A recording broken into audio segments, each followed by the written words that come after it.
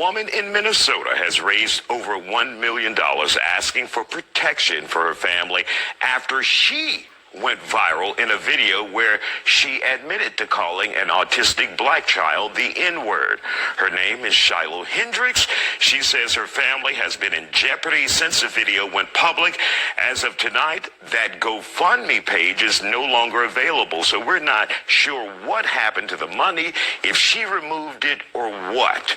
Here's the latest and the moment Hendricks was confronted on video. That little kid, you call him a... Yeah. The little child? What if he acts like one? He's gonna. Are you about to hit him? You chase him here? He took my son's stuff. So that gives you the right to call the child, 5-year-old, an N-word. If that's what he's gonna act. That's what you're gonna call him. That's what he's gonna act like. You know, that's a hate speech. The question is this our America? My next guest is Dante King, author and human resource management consultant. He shares his take on this situation. Make it make sense, Dante. We're talking about an orientation, an anti-black orientation that has been trained in, not only that this woman is inspired to act out this type of ill will and hatred toward this black individual, but that she has support, that it inspired people to then contribute to her cause to protect her. And so we see the ongoing use and manipulative power that can be wielded by white women where a 5-year-old child is concerned, and that there is also trained into this society where black people are concerned a lack of empathy and compassion. And really quick, Dante, before we go on, tell us what she accused the child of doing that prompted her to call him the N-word. Well, she claimed or alleged that the child had taken something from her child's bag, her child's baby bag. Yeah, and yet that too was not necessarily proven, or it was not a statement of fact. It was a statement of her perception.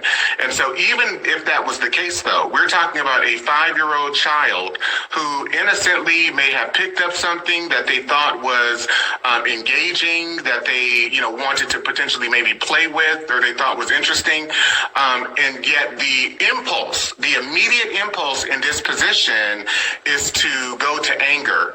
And so we have to understand too, where the use of that N-word is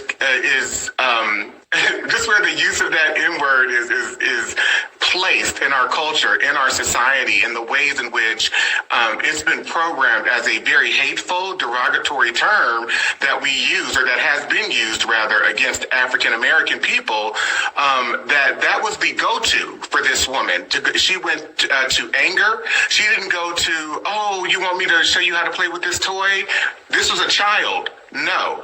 So we have to understand that this is a very sustained, hateful orientation, corrupt and perverse psychological orientation that has been trained into white people in this country. And it has. And would you say all white people or some white people what?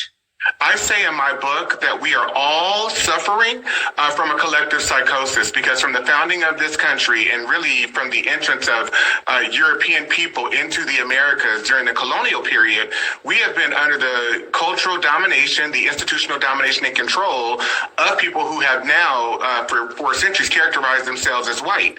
And so everything that we learn, everything that we believe is based on their cultural orientation, their social and sociological orientations.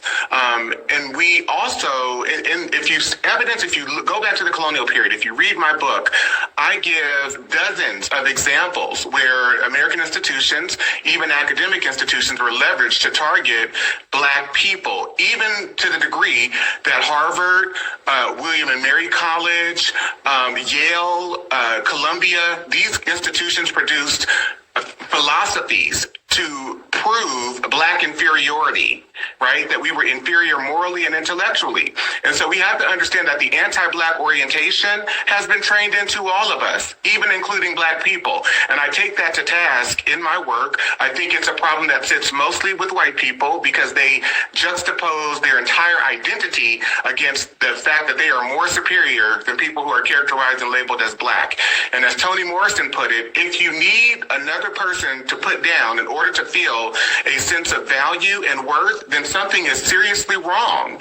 And so we have to contend with these realities and look at them deeper than just calling it out as racism or ignorance or hatred. This is psychopathological.